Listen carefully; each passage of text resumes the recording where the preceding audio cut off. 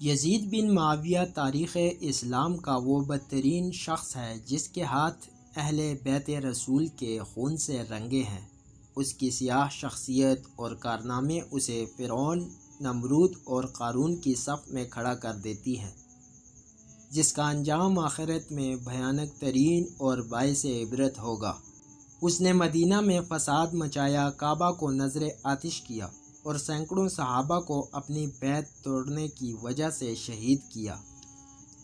لیکن اس کا سیاہ ترین کارنامہ امام علی مقام امام حسین رضی اللہ تعالی عنہ اور اہل بیت رسول کو شہید کرنا ہے۔ یزید ملعون کا پورا نام یزید بن معاویہ بن ابو سفیان الاموی تھا، جس کی ولادت 25 ہجری یعنی سن 645 عیسوی میں حضرت عثمان غنی کے دور خلافت میں ہوئی۔ یزید کی ماں محسون ایک عیسائی عورت تھی جس کا تعلق شام کے قلبیہ قبیلے سے تھا۔ یزید کی پرورش شام کے دیہات میں ہوئی اور ایک عیسائی دائیا نے اس کی پرورش کی۔ یوں اسے نصرانی طریقہ پر پرورش کیا گیا۔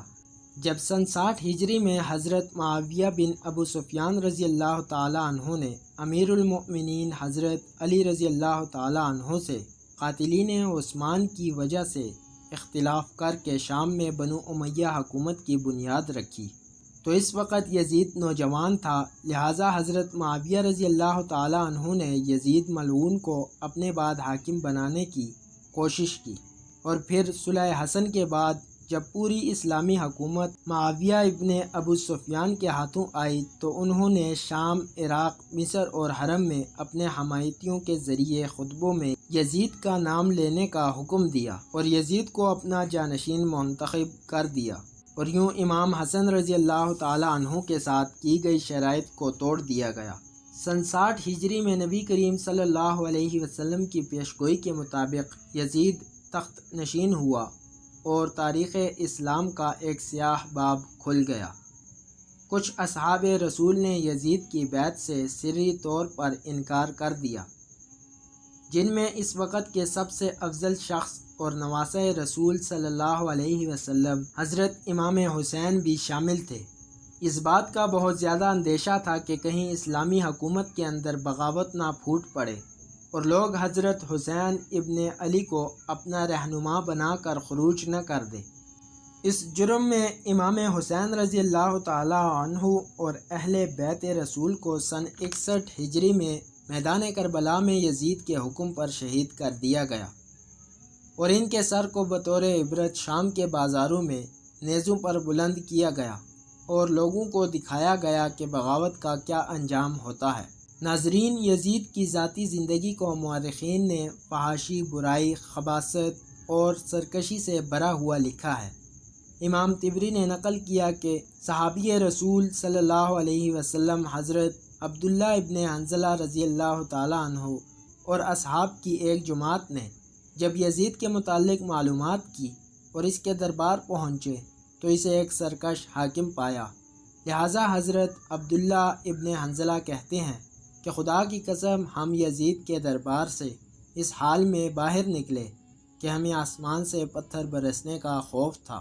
وہ ایک بے دین، شراب خور، موسیقار کا چاہنے والا، کتوں اور بندروں سے کھیلنے والا اور زنا کرنے والا شخص تھا۔ علامہ مسعودی لکھتے ہیں کہ یزید کی زندگی فرعون کے مثل تھی۔ شہادت حسین کے بعد بھی یزید ملعون نے لوگوں پر بے دریغ ظلم کیے۔ جب مدینہ والوں نے اس کی بیعت توڑی تو اس نے شامی لشکر کو مدینہ بھیجا اور مدینہ کو 3 دنوں کے لیے سپاہیوں پر حلال کر دیا۔ ان 3 دنوں میں سپاہیوں نے مدینہ والوں پر مسلسل ظلم کیے، صحابہ کرام کو قتل کیا، لوگوں کے مال لوٹے، عورتوں کی عصمت دری کی اور مسجد نبوی میں اپنے گھوڑے باندھے۔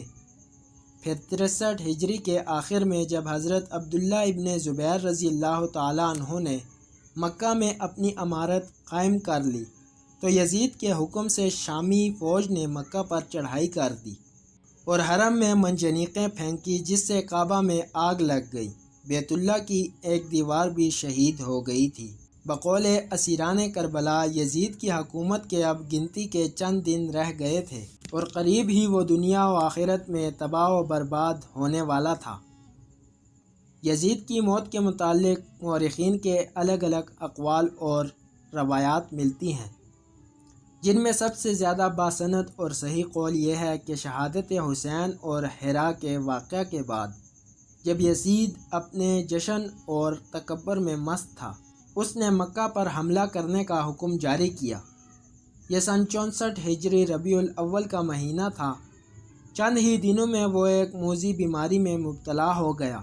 اس کے پیٹ میں خطرناک درد اٹھا جس سے اس کی آنتیں سڑنے لگیں اور ان میں کیڑے پیدا ہونے لگے۔ دمشق کے بڑے بڑے طبیبوں کو لایا گیا، لیکن وہ اس بیماری سے یزید کو شفایاب کرنے میں ناکام ہو جاتے تھے، کیونکہ یہ اللہ کی طرف سے قہر تھا جو اسے اب قبر میں لے کر جانے والا تھا۔ آنتوں کے سڑنے کے بعد وہ بستر پر مچھلی کی طرح تڑپنے لگا اور اپنے بستر پر پاؤں مارتا تھا۔